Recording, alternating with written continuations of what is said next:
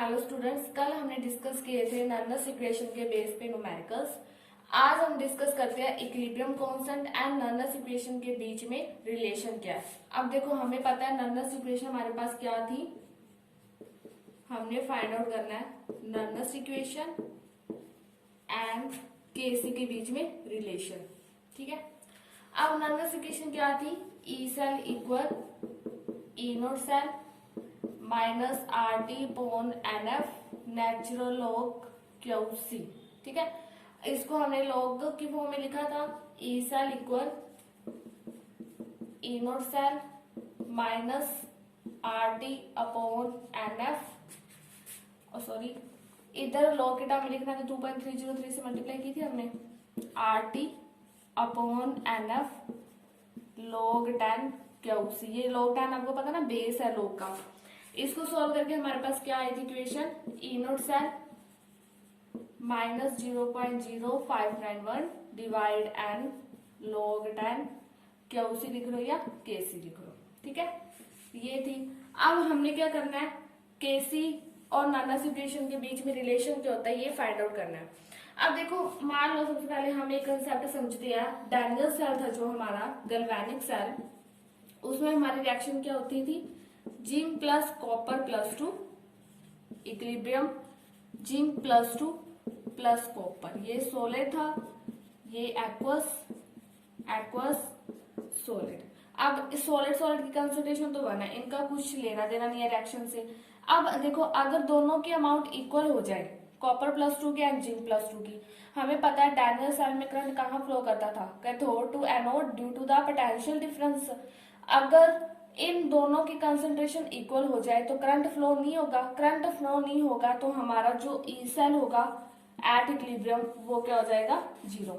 समझ आया मैंने क्या बोला, कि दोनों के अमाउंट इक्वल है। अगर दोनों के अमाउंट इक्वल है तो सेल में करंट फ्लो नहीं होगा, करंट फ्लो नहीं होगा तो जो हमारा ई सेल है एट इक्विलिब्रियम वो क्या हो जाएगा, 0। तो इसमें फिल करो, अब हमारे पास क्या है, E cell is equal to E naught cell minus 0.0591 divide N log 10 के सी। ये है ई सेल हमारे पास क्या है, 0 equal E naught cell minus 0.0591 n log 10 के सी।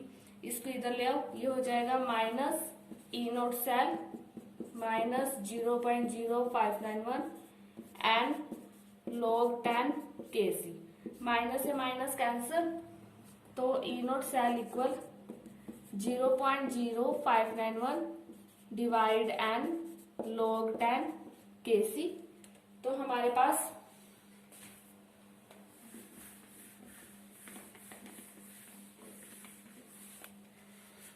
के सी की वैल्यू क्या आ जाएगी, हमारे पास लॉग 10 के सी की वैल्यू क्या आ जाएगी, E naught cell multiply N, ये इधर चला गया N, E naught cell multiply N divided by 0.0591। ठीक है, अब तो इतना समझ आ गया मैंने क्या किया, नर्नस इक्वेशन लगा के ई सेल को 0 किया, देन उसके बाद हमारे पास ये केसी का रिलेशन आ गया। ये नर्नस इक्वेशन एंड इक्विलिब्रियम कांस्टेंट के बीच में हमारे पास क्या आ गया, रिलेशन आ गया। अब हम इसी के बेस पे एक न्यूमेरिकल डिस्कस करते हैं। Calculate the equilibrium constant of reactions. ये हमें रिएक्शन दी हुई है, ई नोट सेल हमें गिवन है, के सी हमने फाइंड आउट करना है। ठीक है, अब देखो ये दोनों तो सॉलिड है, इनकी कंसंट्रेशन क्या है, 1। इक्विलिब्रियम पर मैंने अभी बोला ये दोनों का अमाउंट इक्वल है तो सेल में करंट फ्लो नहीं होगा, तो ई सेल हमारा क्या होगा, 0। ये रिलेशन हमारे पास पड़ा है, बस हमने क्या करना है, इस इक्वेशन में फिल करना है। तो देखो, पहले रिएक्शन देखो, copper plus 2Ag positive, copper plus 2 plus 2Ag। This one is the aqueous solid and E naught cell हमें गिवन है 0.46 वोल्ट, के सी हमने फाइंड आउट करना है। रिलेशन लगाओ, हमारे पास क्या है, log 10 के C equal E naught cell multiply N divided by 0.0591। E naught cell आपको कितना दिया है, 0.46। अब n की वैल्यू क्या होती है, नंबर ऑफ इलेक्ट्रॉन। देखो कॉपर 0 2 + 2 जा रहा है, कितने इलेक्ट्रॉन एक्सचेंज हो रहे हैं, 2।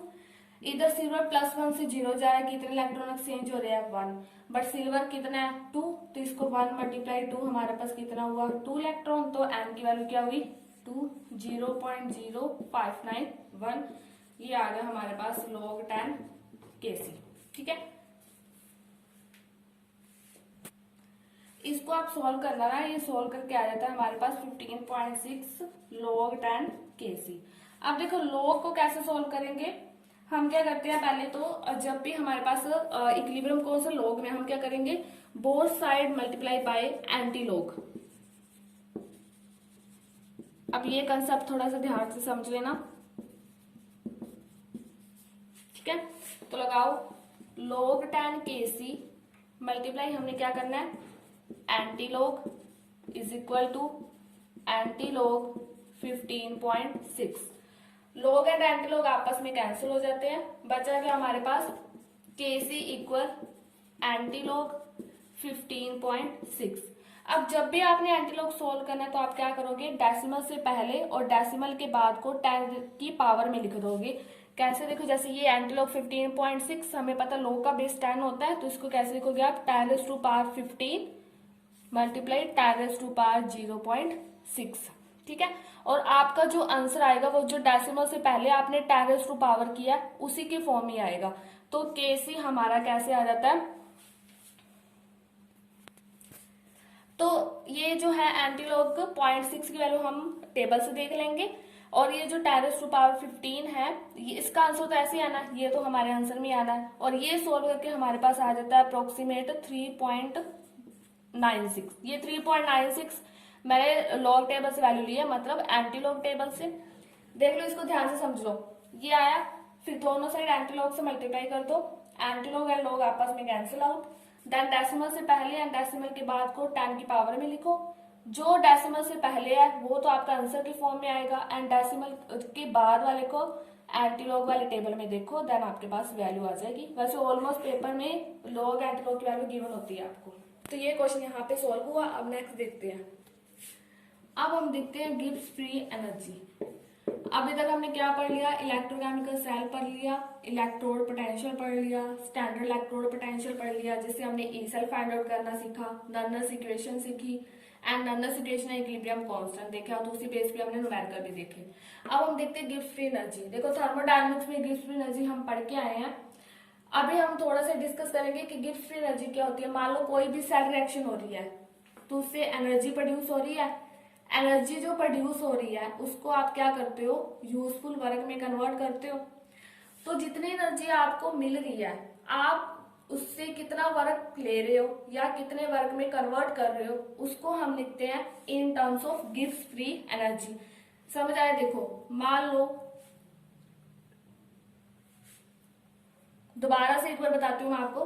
लेट अस कंसीडर कि ये आपके पास एक रिएक्शन है, रिएक्शन से आपको ज्यादा क्लियर होगा। ये है, ये हमें पता है एक्वस है, ये भी एक्वस होता है, ये सॉलिड है एंड ये भी सॉलिड है। ये हमारा क्या है, इलेक्ट्रोकेमिकल सेल या डायगोनल सेल। जब इसकी रिएक्शन हुई तो एनर्जी प्रोड्यूस हुई, उस एनर्जी को आपने क्या किया, यूजफुल वर्क में कन्वर्ट किया। उस यूजफुल वर्क में कन्वर्ट करने को हम किस में कन्वर्ट करते हैं या कैलकुलेट करते हैं, in terms of Gibbs free energy. ठीक है, अब गिब्स फ्री एनर्जी को मैथमेटिकल कैसे लिखते हैं, डेल्टा आर जी, आर मैंने किसके लिए लगाया, रिएक्शन के लिए, equal minus M F E cell. Delta का मतलब क्या होता है आपको पता है, change in Gibbs free energy,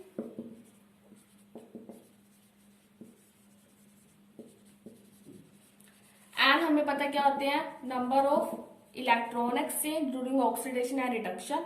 F हमें पता है क्या होता है, Faraday of electricity, and E cell हमारे पास क्या होता है, इलेक्ट्रोड पोटेंशियल। अब आपको एक चीज पता है, अच्छा एक चीज आपने ध्यान रखनी है कि जो हमारा ई सेल होता है ये होता है हमारे पास इंट्रिंसिक प्रॉपर्टी, एंड जो हमारे डेल्टा आर जी होता है दैट इज एक्सट्रिंसिक प्रॉपर्टी।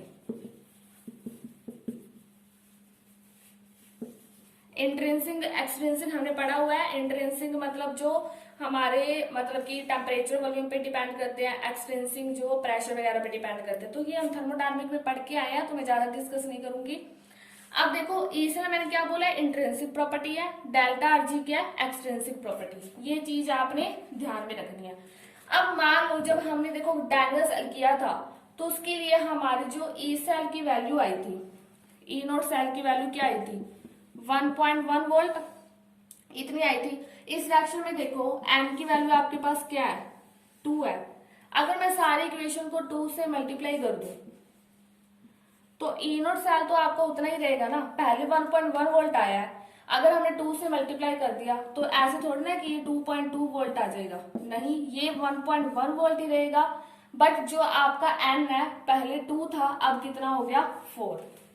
बात को देखो, मैं एक बार दोबारा से रिपीट कर रही हूँ। पहले ये समझ आया डेल्टा आरजी क्या था हमारे पास, minus n F E cell, ये हमें पता चल गया।